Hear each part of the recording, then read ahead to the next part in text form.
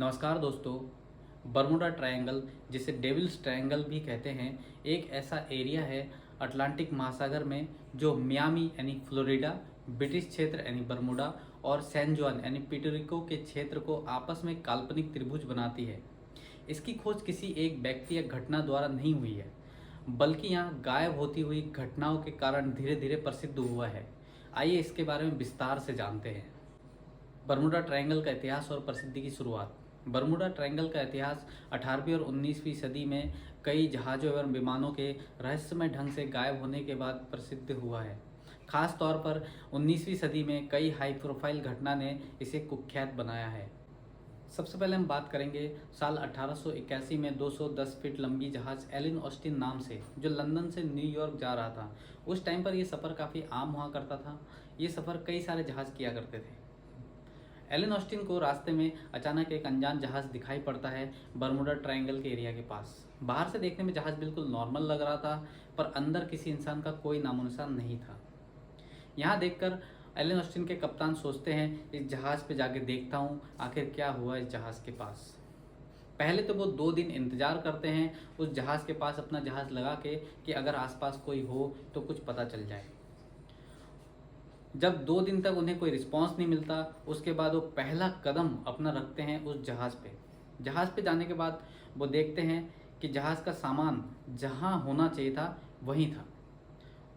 उस ज़माने में लोगों को पायरेट्स का डर लगा रहता था। पायरेट्स एक टाइप के लुटेरे होते थे जो जहाज़ को लूट कर भाग जाया करते थे।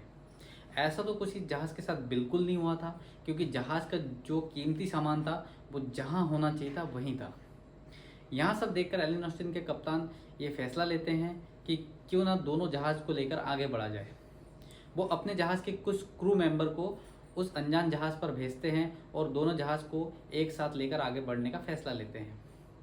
पहले 2 दिन दोनों जहाज़ धीरे धीरे आगे बढ़ता है, फिर अचानक एक तूफान आ जाता है जिससे दोनों जहाज़ का रास्ता अलग अलग हो जाता है और इसके बाद फिर से गायब हो जाता है वो अनजान जहाज़। तूफान थमने के बाद एलन ऑस्टिन के कप्तान उस जहाज़ को ढूंढने की कोशिश करते हैं। उन्हें अपने स्पाई ग्लास से दूर दिखाई पड़ता है वो जहाज़। पास जाने पे पता चलता है कि उस जहाज़ से फिर से इंसान गायब हो चुके हैं। किसी इंसान का कोई नामो निशान नहीं था उस पर। जो कुछ क्रू मेंबर उनने अपने जहाज़ से उस जहाज़ पे छोड़े थे, अब वहाँ भी गायब थे।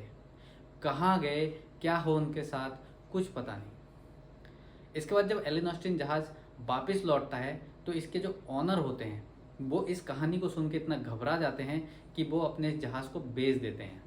इससे भी बड़ी घटना सन 1918 में यूएसएस साइक्लोप अमेरिकी नौसेना का एक जहाज़ था। उस ज़माने का ये सबसे बड़ा और सबसे तेज़ जहाज़ माना जाता था।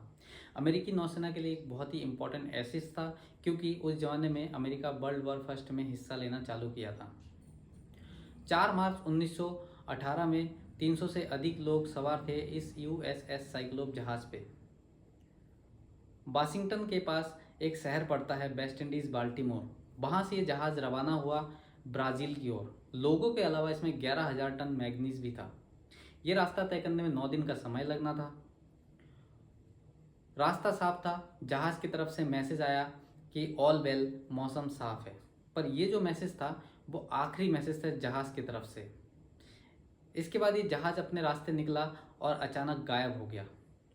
अमेरिकी नौसेना का इतना बड़ा जहाज़ आखिर गायब कैसे हो गया, इस बात ने सबको चौंका दिया। अगर ये घटना आपको मिस्ट्री लगती है तो इससे भी बड़ी घटना 5 दिसंबर 1945 को दोपहर के ठीक 2:10 में यूएस नेवी के 5 टॉर्पीडो बम्बर विमान फ्लोरिडा से टेक ऑफ करता है। इस उड़ान को फ्लाइट 19 कहते हैं। ये अपने 3 घंटे के रूटीन ट्रेनिंग मिशन के लिए उड़ान भरते हैं। यानी कुछ ऐसी खास उड़ान नहीं थी ये, बस अपने रूटीन ट्रेनिंग मिशन के लिए उड़ान भर रहे थे। फ्लाइट में कुल 14 क्रू मेंबर थे, जिन्हें लीड किया जा रहा था एक लीडर के द्वारा। ये लीडर काफ़ी एक्सपीरियंस पायलट थे। सब कुछ नॉर्मल चल रहा था, मौसम बिल्कुल साफ था। उड़ान भरने के 2 घंटे बाद इनके स्क्वाड लीडर रिपोर्ट करते हैं इनका कंपास अचानक काम करना बंद कर जाता है। तो ये अपने दूसरा कंपास निकालते हैं, वहाँ भी काम नहीं कर रहा था। इसलिए इनको अपने एग्जैक्ट लोकेशन के बारे में पता नहीं चल रहा था, मतलब किस जगह पे है ये, अपना पोजीशन इनका, इसके बारे में कुछ पता नहीं चल पा रहा था। तो ये अपने दूसरे फ्लाइट के कप्तान से पता करते हैं। उनका भी जो इंस्ट्रूमेंट है वो ढंग से काम नहीं कर रहा था। जो इनका स्क्वाड लीडर था उनका नाम लेफ्टिनेंट कैरल टेलर था। कंपास खराब होने की वजह से काफ़ी कंफ्यूजिंग मैसेज सुनाई दे रहा था रेडियो ट्रांसमिशन में। मौसम बिगड़ता जा रहा था। शाम के करीब 4:56 में टेलर को ये लगता है कि वो गल्फ ऑफ मैक्सिको के ऊपर हैं। अब उन्हें ईस्ट की तरफ उड़ना होगा फ्लोरिडा वापस जाने के लिए। वो अपने सारे प्लेन को ऑर्डर देते हैं ईस्ट की तरफ उड़ान भरने को, लेकिन उनके कुछ क्रू मेंबर को ये लगता है कि वो ऑलरेडी ईस्ट में हैं, उन्हें वेस्ट की तरफ उड़ान भरना चाहिए। उड़ान भरने के कुछ समय बाद उनके एक प्लेन के रेडियो ट्रांसमिशन में सुनाई देता है कि हम ईस्ट की तरफ उड़ रहे हैं, हमें वापस लौटने के लिए वेस्ट की तरफ उड़ान भरना होगा। यानी कि कुछ क्रू मेंबर को शक था कि ये ईस्ट की तरफ उड़ान भर रहे हैं, इन्हें वेस्ट की तरफ उड़ान भरना चाहिए वापस लौटने के लिए। मौसम बिगड़ता रहता है, दिन ढल जाता है और अंधेरा हो जाता है। माना यह जाता है कि असल में ये 370 किलोमीटर ईस्ट की तरफ उड़ रहे थे फ्लोरिडा से। इसके बाद ये पांचों के पांचों प्लेन हमेशा के लिए गायब हो जाते हैं। आज तक किसी को कुछ नहीं पता कि ये पांचों के पांचों प्लेन आखिर कहाँ गायब हो गए, इनके साथ क्या हुआ। इन पांचों प्लेन के गायब होने के बाद एक search and rescue marine flight take off करता है 13 क्रू मेंबर के साथ। इनका मिशन होता है फ्लाइट 19 को ढूंढना। ये ढूंढने निकलता है और ये भी गायब हो जाता है। पहले फ्लाइट 19 के 14 क्रू मेंबर, अब सर्च एंड रेस्क्यू मिशन के 13 क्रू मेंबर के गायब होने के बाद एक air and sea search operation चलाया जाता है।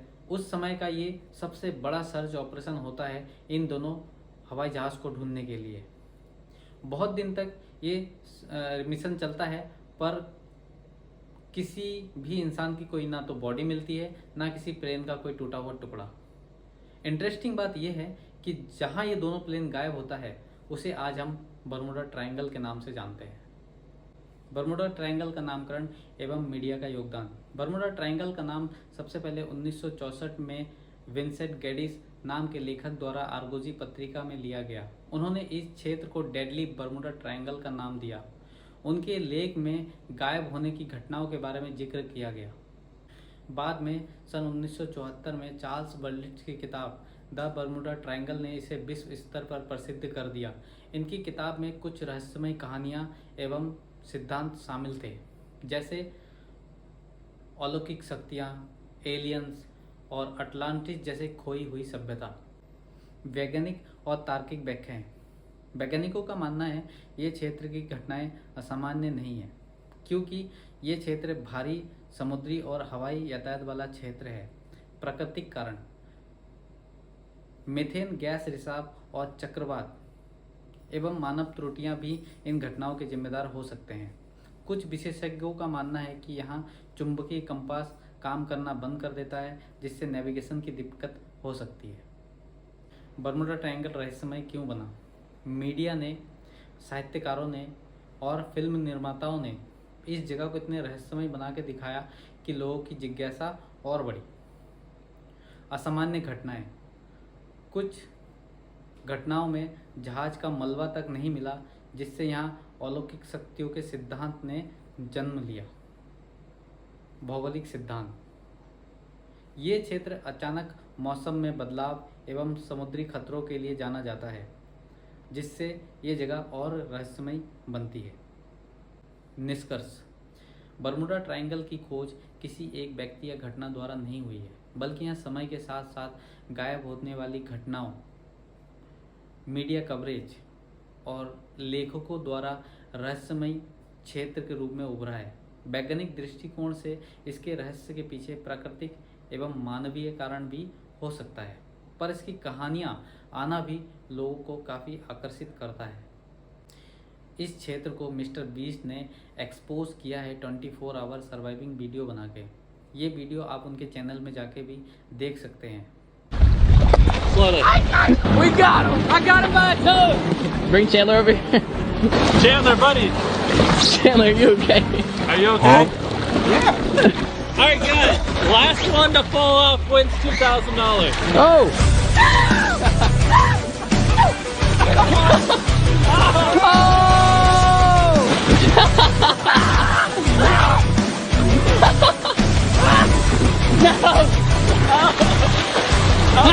I'm still on it. That's off. It's off. Chandler won.